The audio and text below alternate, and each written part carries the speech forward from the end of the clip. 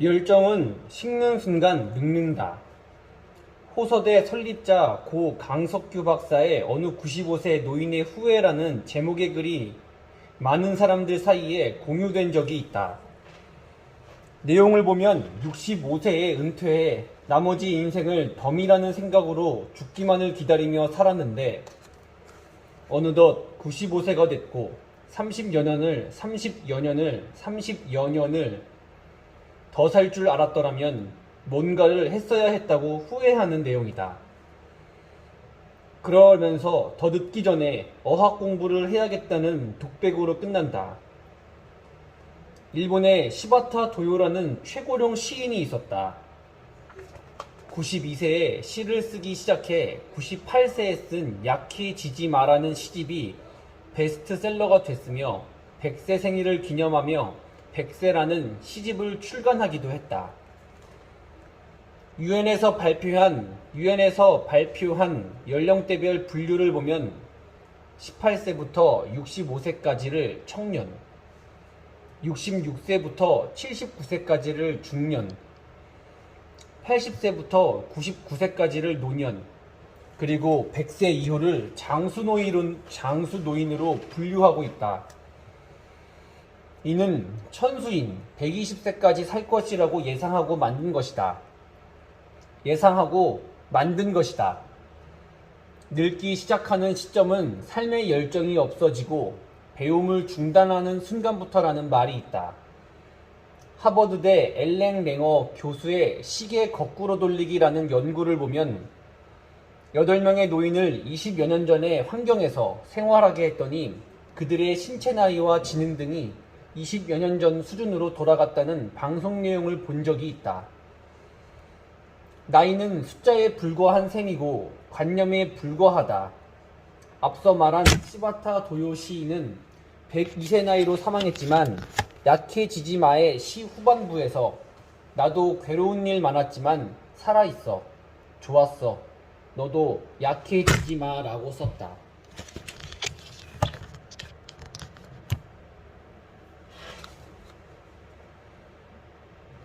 약해지지 말아야겠다고 생각해보지만 아무리 마음먹어도 나이 들면서는 약해질 수밖에 없다.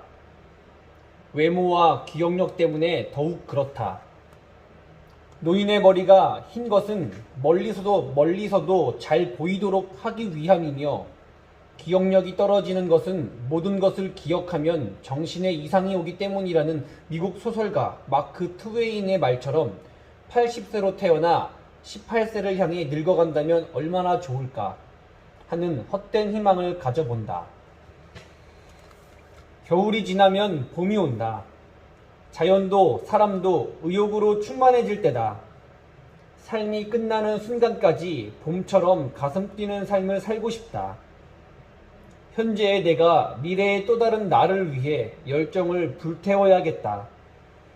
삶이 녹슬어 없어지는 것보다 닳아 없어지는 것이 낫다고 말하는 어르신들을 만난 적이 있다. 삶이란 누구나 처음 가는 길이다.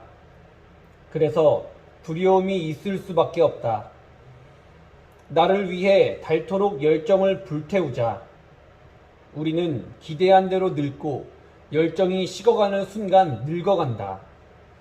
어쩌면 인생은 실천하고 원하고 바라는 대로 흘러간다.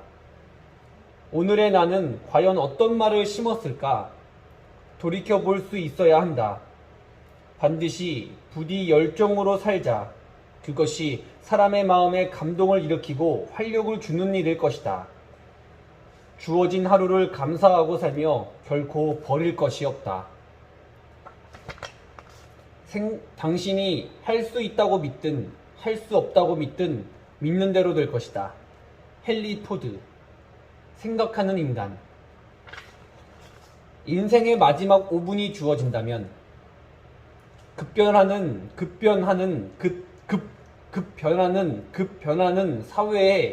사회에 우리는 작은 사건이나 상황 변화에 더 쉽게 흔들린다. 흔들리지 않고 살아갈 수 있는 게 있을까? 흔들리며 피는 꽃이라는 시인의 시가 있고 흔들리는 것은 살아있다는 방증임을 애써 위안으로 삼지만 요즘처럼 환경 변화가 심할 때는 뭔가 중심을 잡아줄 대상이 필요하다. 오랜 성현들의 지혜가 통째로 담긴 탈무드에서 그 힌트를 찾을 수 있다. 탈무드는 유대인 구전 율법에 후대의 해설을 덧붙인 것으로 전통과 관계 등에 관한 해설을 담고 있는 책이다. 또한 수백 년 동안 구전으로 전승되어 온 내용의 모음집인 미시나의 원론적인 내용을 생활에 적용하기 위해 오랜 기간 토론하고 해석한 내용을 담은 배운다는 뜻의 게마라를 한데 모은 책이기도 하다. 탈무드 공부는 토론 방식인 하브루타 교육을 통해서 이루어진다. 하브루타가 동료를 의미한다는 것에서도 의미한다는 것에서도 알 수 있듯이 상대방과 서로 질문하고 대답하며 토론 방식으로 문제를 해결하고 결론을 도출하는 방식이다. 유대인 노벨상 수상자가 유독 많은 이유를 이런 교육 방식에서 찾기 때문에 우리나라 가정이나 학교에서도 시도하는 사례가 늘고 있다. 이러한 방식의 창의성 개발과 사고력 확장에 효과가 있다고 보기 때문에 아이들과 대화할 때는 질문을 통해 대화를 유도하고 학교 가서는 질문 한 가지 이상을 꼭 하도록 교육하고 있다. 하브루타 교육대 인문학 연결. 유대인 도서관인 예시바는 여느 도서관과 달리 항상 시끄럽다. 도서관 칸막이가 없어 상호 토론할 수 있는 구조로 되어 있으며 처음 보는 사람과도 자연스럽게 상호 토론을 하면서 자신의 주장을 펼친다.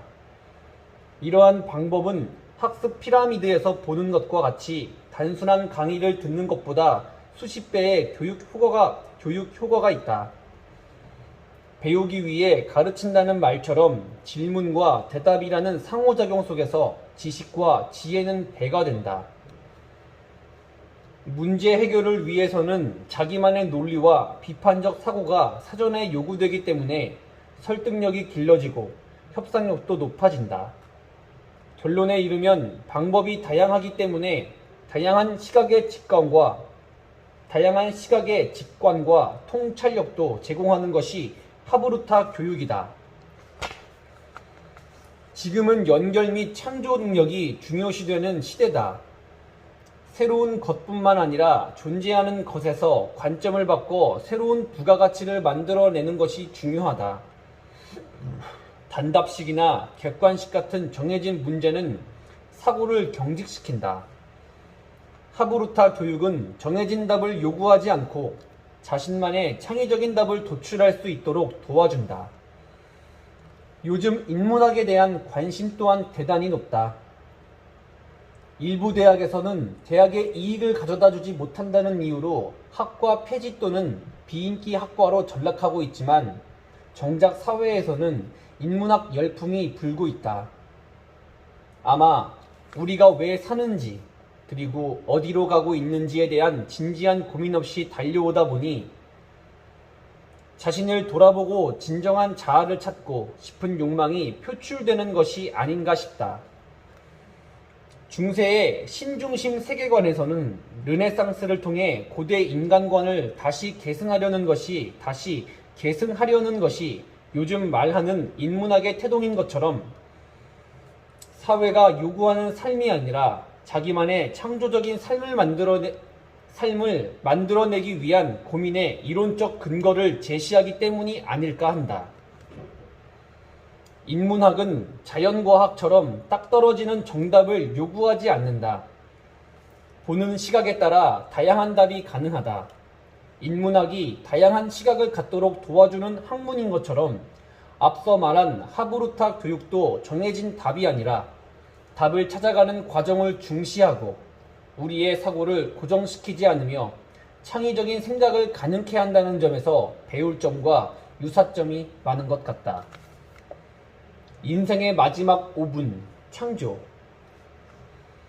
1849년 12월 러시아 세면노프 광장에는 반체제 혐의로 사형을 기다리는 28세의 한 청년이 있었다. 사형 집행 당일 세상과 이별하기 직전에 마지막 5분이 주어졌다. 그는 2분간 알고 지내온 사람들에게 먼저 떠나는 자신을 용서해달라는 기도를 했다. 다른 2분은 헛된 삶을 살아온 자신을 원망하는 데 썼다. 마지막 1분은 하늘과 땅을 보며 떠나야 하는 아쉬움을 달래는 데 썼다. 사형을 위해 주위가 분주해지고 마침내 총알이 장전되는 순간 사형 대신 유배를 명하는 황제의 명령이 하달되어 목숨을 건진다. 그게 바로 죄와 벌 등 불후의 명작을 남긴 러시아 대문호 도스토옙스키다. 그는 소설 백치에서 나에게 마지막 5분이 주어진다면 2분은 주위 사람들과 작별하는데, 2분은 삶을 돌아보는데, 마지막 1분은 세상을 바라보는데 쓰고 싶었다고 당시 상황을 떠올리며 수료했다. 우리나라에서는 안중근 의사와 관련해서 이와 비슷한 이야기가 있다. 안중근 의사는 위순 감옥에서 사형 집행을 기다리고 있었다. 교도관이 형장으로 갈 시간이 되었다고 하자 내가 읽던 책을 다 읽지 못하였으니 5분만 시간을 달라고 청한 뒤 끝까지 책을 다 읽은 후에야 자리에서 일어섰다. 죽음을 앞둔 상황에서도 참으로 의연했고 마지막까지 흐트러진 모습을 보이지 않았다. 뭐야. 누구에게나 마지막 순간이 있다. 인생의 마지막 5분이 주어진다면 어떻게 사용할까? 살아온 삶을 무엇으로 정의할 수 있을지 고민해 본다. 뒤집어 생각하면 삶의 5분을 연속같이 살 수만 있다면 후회 없는 삶이 될 것이라 여겨진다. 천상병 시인의 시 귀천에서처럼 아름다운 이 세상에 소풍을 끝내는 날 가서 아름다웠노라고 말할 수 있도록 노력하는 삶을 살아야겠다. 헛되이 보낸 오늘은 어제 죽은 이가 그토록 바라던 내일이라는 말처럼 이 순간을 선물이라 여기며 살아야 한다. 나는 매일 아침 잠에서 깨어나는 순간을 작은 죽음에서 깨어난 것으로 여기고 매일 새로운 인생을 살자고 다짐한다. 그래서 시간을 분단위로 나서서 활용한다.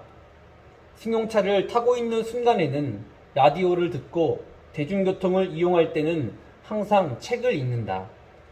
업무가 끝나면 강연을 찾아 듣는다. 시작은 어려웠지만 이제는 습관이 되어버렸다. 비행기가 날아오르기까지 많은 연료를 소모하지만 일단 날아오르면 많은 연료가 필요 없는 것처럼 말이다. 이제는 시간을 관리하며 사는 것이 오히려 편해졌다. 특별히 하는 것 없이 시간을 보낼 때 시간을 죽인다고 말한다. 그러나 무의미하게 보내는 시간이 모이면 인생이 되고 기적이 된다고 생각한다. 생각대로 살지 않으면 사는 대로 생각한다는 말이 있다. 정신의 감옥에 갇히지 말고 실패를 무릅쓰더라도 마음이 이끄는 삶을 살아야 한다. 경영학자인 톰 피터스는 자신의 저서 미래를 경영하라에서 노력하다 실패한 경우 멋진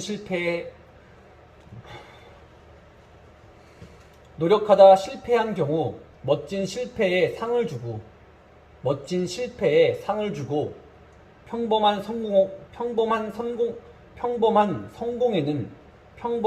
성공에는 벌을 주라고 하면서 실패를 두려워하지 말고 노력할 것을 주문했다. 시간은 모든 사람에게 공평하게 주어진다. 하지만 시간은 어떻게 활용하느냐에 따라 인생이 달라진다. 알프레드 디 수자의 시 사랑하라 한 번도 상처받지 않은 것처럼 의 한 구절처럼 오늘이 마지막 날인 것처럼 살아간다면 후회 없는 삶이 되지 않을까? 영화 영린을 통해 잘 알려진 중용 23장에는 작은 일도 무시하지 않고 최선을 다하고 지극히 정성을 다하는 사람만이 자신과 세상을 변화시킬 수 있다고 하였다.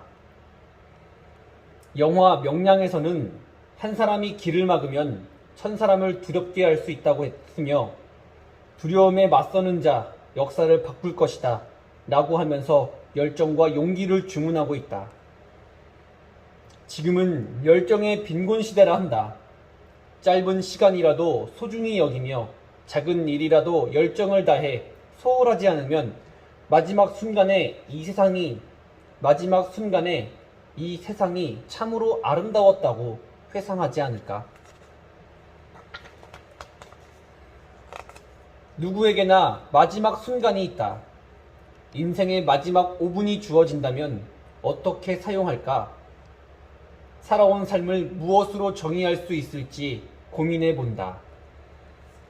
뒤집어 생각하면 삶의 5분을 연속같이 살 수만 있다면 후회 없는 삶이 되지 않을까?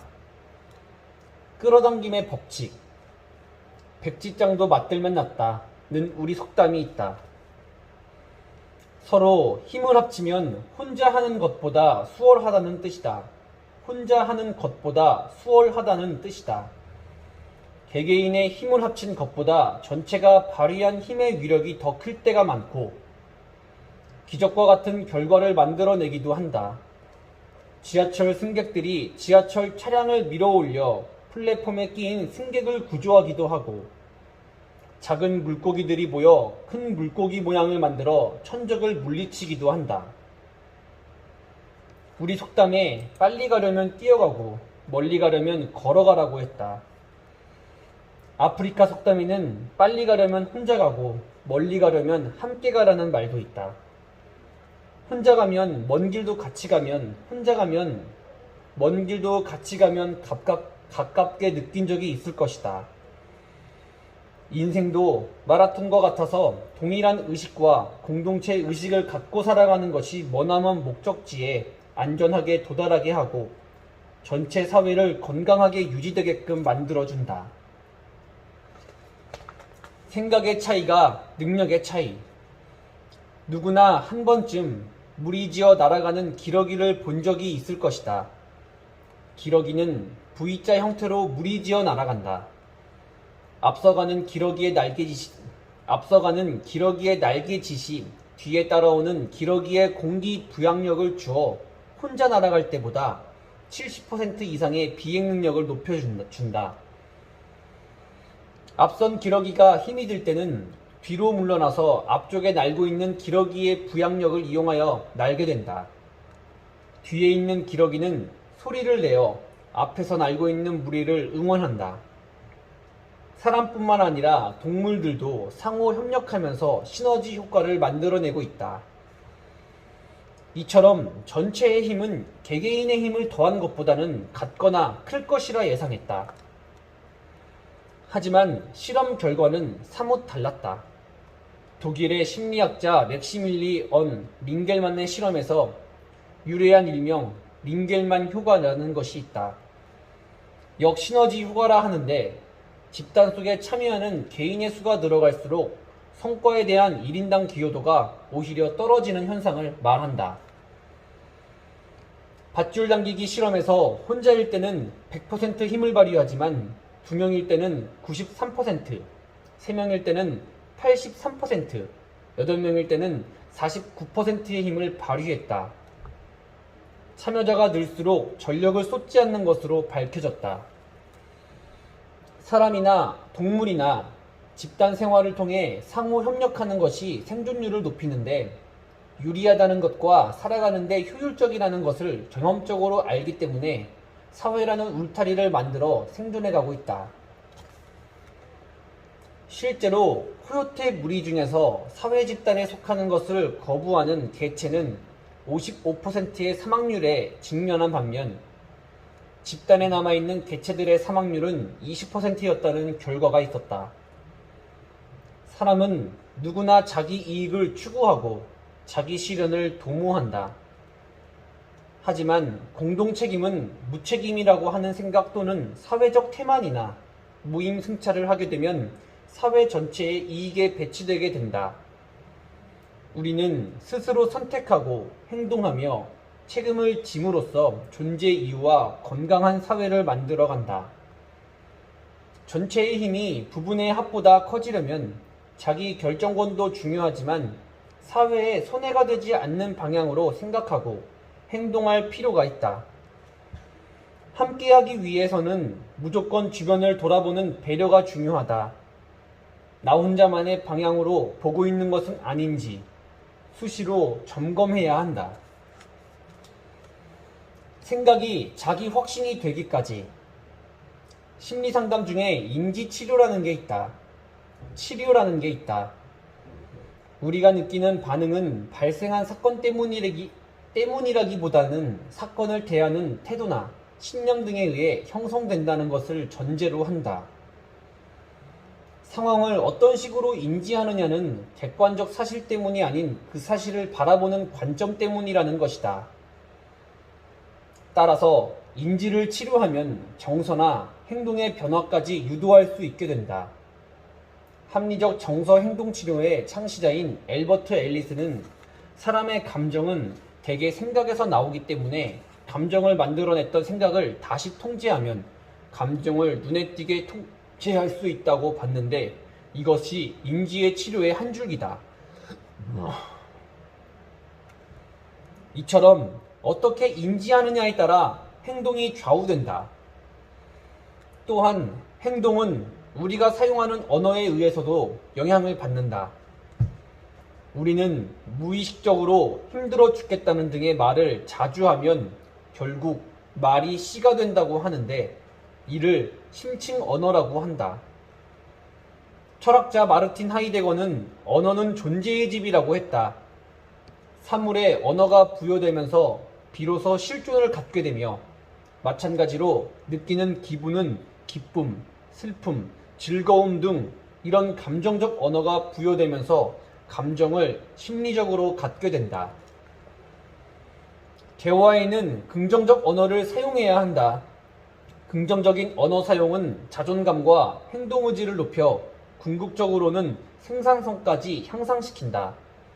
반면 부정적인 언어 사용은 기분을 나쁘게 하고 무기력의 길로 빠져들게 만든다.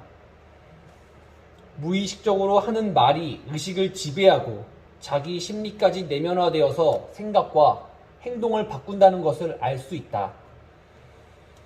한편 성공하는 사람들의 7가지 습관의 저자로 잘 알려진 스티븐 코비의 박사는 우리 인생은 10%는 일어나는 사건들로 결정되고 10%는 일어나는 사건들로 결정되고 나머지 90%는 어떻게 반응하느냐에 따라 결정된다고 했다. 일명 10대 90의 법칙이다. 사건에 대한 반응은 전적으로 본인의 의지에 달려있다. 같은 사건이라도 받아들이는 방식에 따라 결과는 달라진다.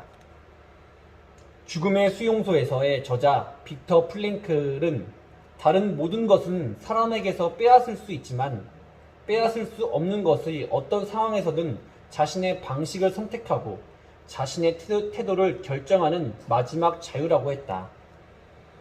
나치 수용소에서 인간의 존엄성만은 포기하지 않았고 구사일생으로 생존했다.